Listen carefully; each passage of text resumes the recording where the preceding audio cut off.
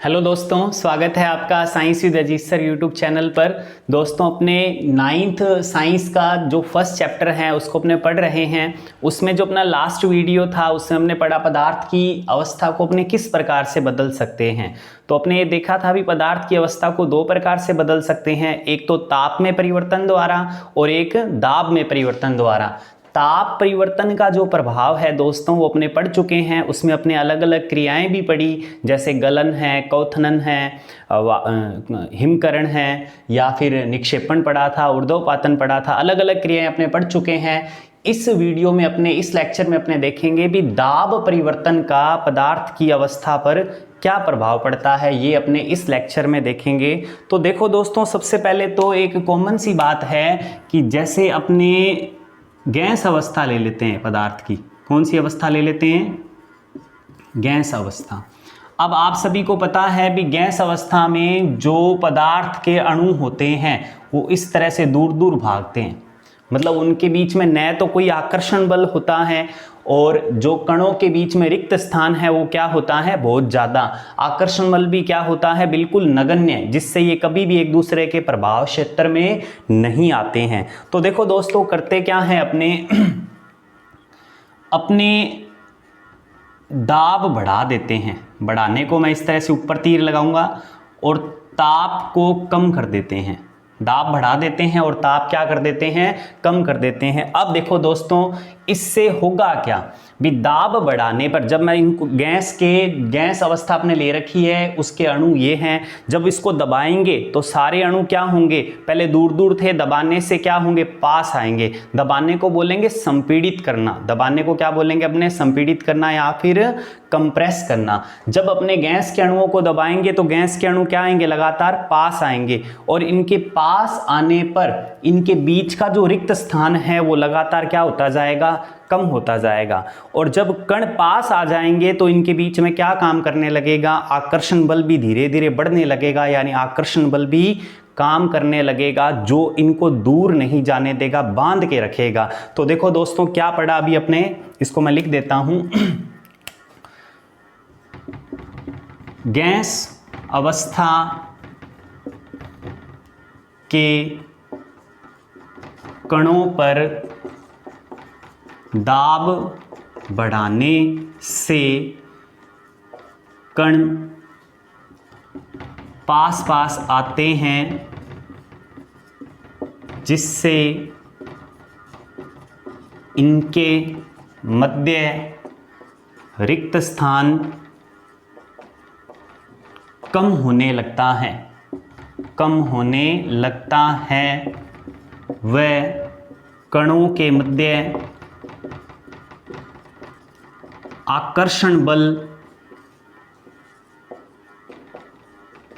कार्य करने लगता है। अब देखो दोस्तों, क्या चीज बन गई भी, अपने क्या किया, गैस अवस्था के कणों पर दाब लगाया, दाब बढ़ा दिया। ताप मैंने क्या कर दिया, कम। ताप बढ़ाने से तुमने पढ़ा ये दूर भागेंगे, अपने को दूर नहीं लेके जाना। अपने दाब परिवर्तन का प्रभाव देख रहे हैं, एक बार ताप को अपने इग्नोर कर रहे हैं। यहाँ पे दाब बढ़ाया मैंने, दाब बढ़ाने से कण क्या आएंगे, पास आएंगे, और कण पास आएंगे तो इनके बीच का जो रिक्त स्थान है वो क्या हो जाएगा, कम हो जाएगा। इस तरह से स्टेज बन जाएगी दोस्तों आपके सामने।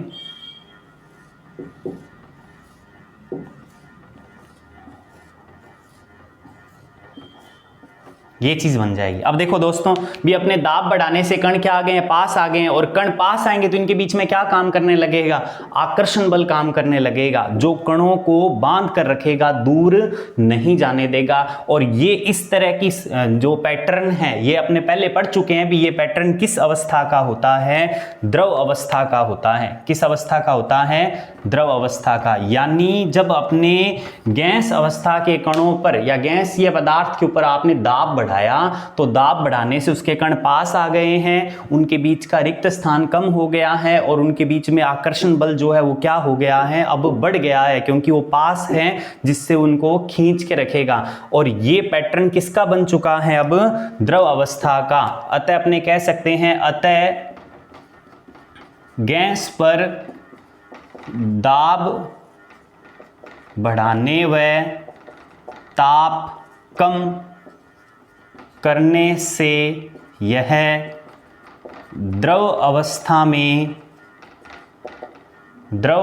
में परिवर्तित हो जाती है।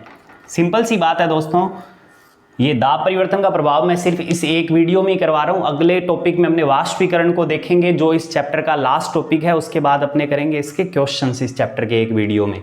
तो देखो दोस्तों, दाब परिवर्तन का प्रभाव अपने देखा गैस पर भी। गैस के कण अपने को पता है दूर दूर व्यवस्थित होते हैं, एक दूसरे से स्वतंत्र, और इनमें रिक्त स्थान भी बहुत ज्यादा होता है, और आकर्षण बल आपको पता है इनमें बिल्कुल भी नहीं होता। अगर आकर्षण ही होता तो कण पास पास होते। अब मैंने क्या किया, इस पे दाब बढ़ा दिया।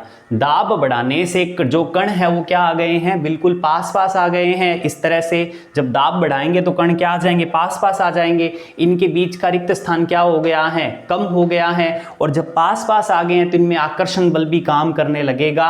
और ये सब विशेषताएं और ये पैटर्न किस अवस्था का होता है, द्रव अवस्था का। तो अपने ये समझ चुके हैं भी गैस पर दाब बढ़ाकर उसे अपने किस में बदल सकते हैं, द्रव अवस्था में परिवर्तित कर सकते हैं। और दोस्तों आपने ये भी पढ़ा भी, जब गैस को द्रव में चेंज करते हैं तो इस प्रोसेस को अपने क्या बोलते हैं, संघनन।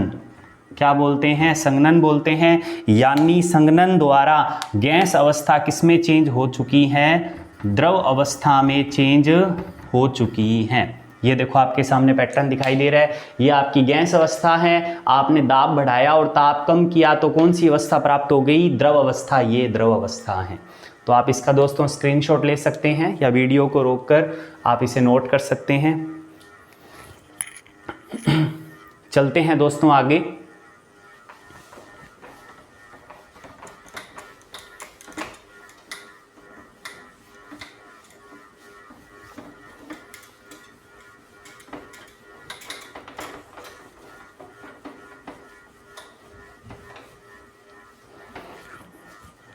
देखो दोस्तों, ये तो गैस अवस्था को अपने किस में चेंज करके देखा, द्रव अवस्था में। अब अपने बात करते हैं द्रव अवस्था की।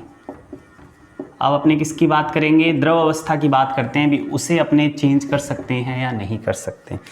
तो देखो दोस्तों, सबसे पहले तो आपने ये देख लिया द्रव अवस्था में ये व्यवस्था है कणों की।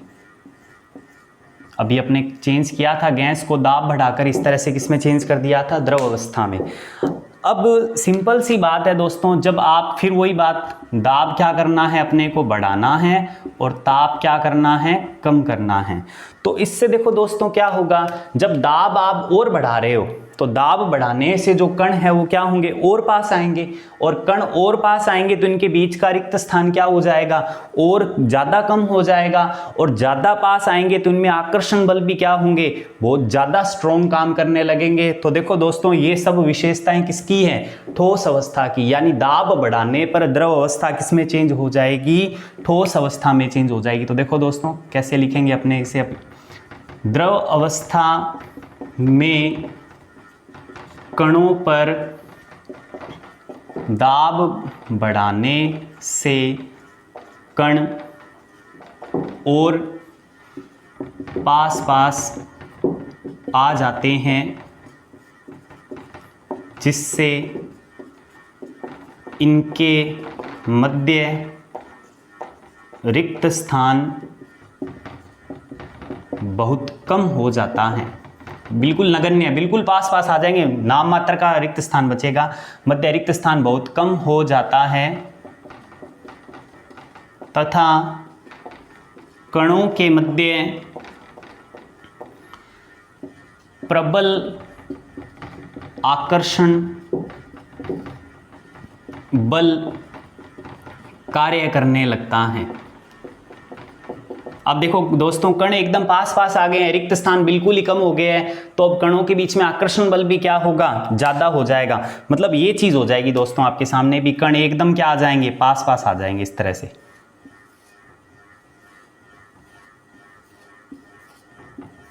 इनके बीच का रिक्त स्थान क्या हो गया, देखो दोस्तों कम हो गया है, और एकदम पास आने से इनके बीच में आकर्षण बल भी क्या काम करने लगेगा, ज्यादा।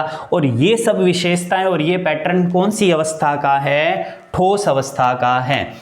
अतः द्रव अवस्था पर दाब बढ़ाकर व ताप कम करके इसे ठोस अवस्था में परिवर्तित किया जा सकता है। तो यहां तक दोस्तों आप समझ गए होंगे भी द्रव अवस्था पर अगर अपने दाब बढ़ा दें या ताप कम कर दें तो इसके जो कण हैं वो क्या हो जाएंगे, दाब बढ़ाने पर, संपीड़ित करने पर और पास आ जाएंगे, यानी इनके बीच का रिक्त स्थान कम हो जाएगा और कणों के पास आने पर इनके बीच में आकर्षण बल भी क्या होगा, ज्यादा काम करने लगेगा। और ये सारी विशेषताएं और ये पैटर्न कौन सी अवस्था का है, ठोस अवस्था का है। यानी अपने कह सकते हैं बी द्रव अवस्था पर दाब बढ़ाने और ताप कम करने पर वो किस में पहुंच जाएगी, ठोस अवस्था में पहुंच जाएगी। और इस प्रोसेस को अपने कहते क्या है दोस्तों, हिमकरण। क्या कहते हैं, हिमकरण, या फिर कॉमन लैंग्वेज में इसे जमना या फ्रीजिंग कहते हैं। क्या कहते हैं, जमना या फिर फ्रीजिंग कहते हैं। तो उम्मीद करता हूं दोस्तों आपको ये समझ में आ गया होगा। यहाँ से अपने ये भी समझ चुके हैं भी अपने दाब बढ़ाकर या दाब कम कर कर पदार्थ की अवस्था परिवर्तित कर सकते हैं। यानी अगर अपने गैस पर दाब बढ़ा दें तो उसके कण पास आ जाएंगे तो कौन सी अवस्था बन जाएगी, द्रव। और अगर द्रव पर दाब बढ़ा दें तो उसके कण और पास आने पर कौन सी अवस्था बन जाएगी, ठोस अवस्था बन जाएगी। तो ये है दोस्तों दाब का प्रभाव, भी दाब परिवर्तन से आप पदार्थ की अवस्था को किस प्रकार से परिवर्तित कर सकते हैं। तो आप इसका स्क्रीनशॉट ले सकते हैं।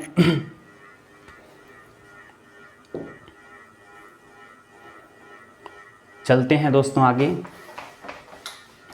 देखो दोस्तों, इसमें आपकी बुक में एक एग्जाम्पल दिया हुआ है, ठोस कार्बन डाइऑक्साइड गैस। दोनों चीजें साथ में नहीं बोल सकते, सॉरी, अपने ठोस कार्बन डाइऑक्साइड या फिर कार्बन डाइऑक्साइड गैस। तो देखो दोस्तों ये क्या चीज़ है, इसको अपने समझते हैं, इसके कुछ यूज भी हैं वो अपने देखते हैं।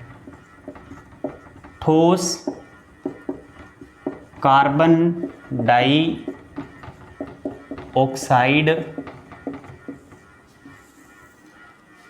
या जिसे अपने ठोस CO2 बोल सकते हैं, इसी का ही दोस्तों एक नाम है शुष्क बर्फ या फिर ड्राई आइस, इसी को ही बोलते हैं ये। अब देखो दोस्तों ये है क्या, सबसे पहले तो दोस्तों कार्बन डाइऑक्साइड गैस यानी CO2 gas, carbon dioxide gas जो अपने श्वसन क्रिया में छोड़ते हैं, कार्बन डाइऑक्साइड गैस को उच्च दाब पर, ध्यान रखना दोस्तों, उच्च दाब पर ठोस अवस्था में परिवर्तित करके संग्रहित किया जाता है, परिवर्तित करके संग्रहित किया जाता है। अब देखो दोस्तों क्या मतलब है इस लाइन का, भी अपने को ये पता है भी कार्बन डाइऑक्साइड जो है वो क्या होती है, गैस होती है, यानी इसके कण बहुत दूर दूर होते हैं। अब अपने को क्या कहा जा रहा है भी इसे किस तरह से सेव किया जाता है, स्टोर किया जाता है, संग्रहित किया जाता है, कैसे, हाई प्रेशर द्वारा, उच्च दाब द्वारा। जब इस गैस पर बहुत ज़्यादा दाब लगाते हैं तो अभी अपने पढ़ा भी दाब लगाकर आप गैस को द्रव में बदल सकते हो और फिर दाब बढ़ाकर उसे ठोस में बदल सकते हो। हाँ, अगर गैस, कुछ गैसें ऐसी है जिन पे अपने दाब इतना बढ़ा दें तो वो द्रव में नहीं बदलती। पहले अपने पढ़ा है भी गैस पर दाब बढ़ाने पर द्रव में बदलेगी, फिर द्रव पर दाब बढ़ाने पर वो किस में बदलेगा, ठोस में। पर कुछ गैसें ऐसी हैं जिन पर अगर अपने दाब बढ़ाएं तो सीधा ही किस में बदल जाती हैं, ठोस में बदल जाती है, द्रव में नहीं बदलती। उसका एक एग्जाम्पल कौन है, ठोस CO2 है। तो देखो दोस्तों क्या कहा जा रहा है आपको, कार्बन डाइऑक्साइड गैस को उच्च दाब पर किस अवस्था में परिवर्तित किया जाता है, ठोस अवस्था, उच्च दाब पर ठोस अवस्था में परिवर्तित करके क्या किया जाता है, संग्रहित किया जाता है। तो आप ध्यान रखना दोस्तों, यानी इस पर कार्बन डाइऑक्साइड गैस को लेते हैं पहले, फिर उस पर प्रेशर लगाते हैं, दाब लगाते हैं, दाब लगाने से किस में बदल जाती है, ठोस में, बर्फ की तरह बदल जाती है ठोस में। तब इसे क्या कर लिया जाता है, उस ठोस अवस्था के रूप में संग्रहित कर लिया जाता है। आपको दोस्तों ये ध्यान रखना है, इस पर गैस पर जब दाब लगाते हैं तो ये द्रव अवस्था में नहीं चेंज होती है, ये सीधा किस में बदलती है, ठोस अवस्था में बदलती है। अब देखो दोस्तों इसका उल्टा भी है, ठोस कार्बन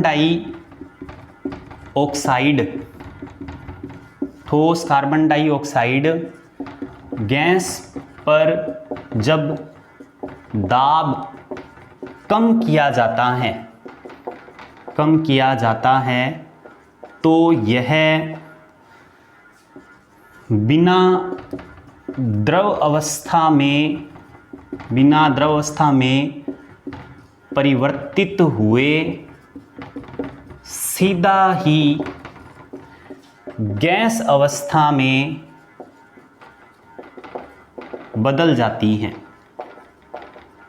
अब देखो दोस्तों, बहुत इंपॉर्टेंट चीज़ है, वही बात जो ऊपर बताई है मैंने भी। पहले कार्बन डाइऑक्साइड गैस ली, उस पर दाब बढ़ा दिया, दाब बढ़ाने पर कार्बन डाइऑक्साइड गैस किस में बदल गई? सीधी ठोस अवस्था में बदल गई। और उसे क्या बोल रहे हैं अपने? ठोस कार्बन डाइऑक्साइड गैस बोल रहे हैं, सॉरी ठोस कार्बन डाइऑक्साइड बोल रहे हैं।